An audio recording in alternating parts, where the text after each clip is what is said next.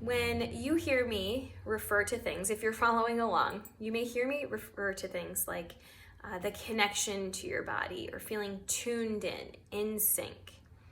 What am I actually talking about when I say those things? So it's actually referring to interoception, and that is the ability to feel into your body's sensations. So of course we generally all have that ability. So if I were to say scratch your left arm, you're gonna feel it, right? We are going to feel if we have some sort of headache coming on, or maybe we feel our digestion, and maybe especially if it's off in some way. So we feel into our body in all these different ways, right? Now let's look at like hunger and fullness. So that's obviously a huge piece of our eating habits, right? And how well we're able to tune in and listen to and honor that hunger and fullness. So we're able to, some people are going to be very in tune with when they're feeling hungry and it's ready to eat, and then extra hungry, like they've gone too far.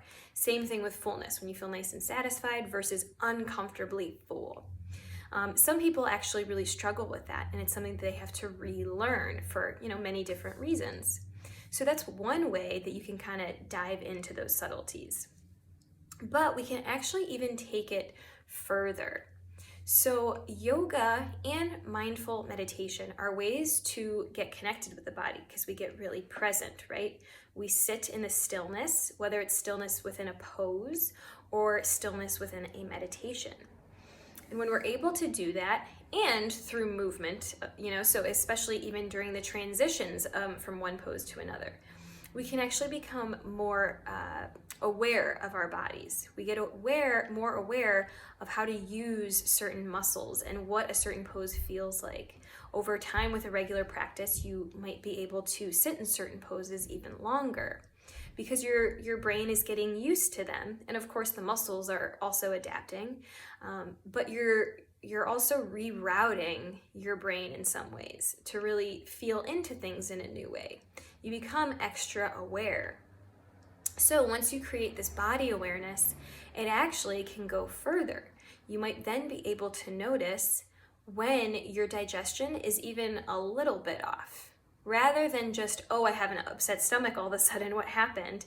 You can, pinpoint closer to those specific foods of what might have caused an issue. Maybe it's not, anything really severe, but you might be able to notice, did I eat something and now I feel like a little extra tight or like bubbly in my stomach, or I'm getting all of a sudden this slight headache, and I noticed maybe I ate a little extra, something.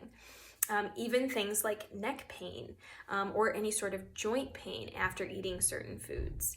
And those are a little bit more severe, but it can even be very subtle changes in just your energy and how you're sleeping, right? Because what we're eating is going to impact how well we rest and are able to stay asleep. And that is also connected to our digestion. So all of these things are connected. So the more in tune we feel with our body on a regular basis, then the more subtleties we can actually notice day to day, and we pinpoint those foods.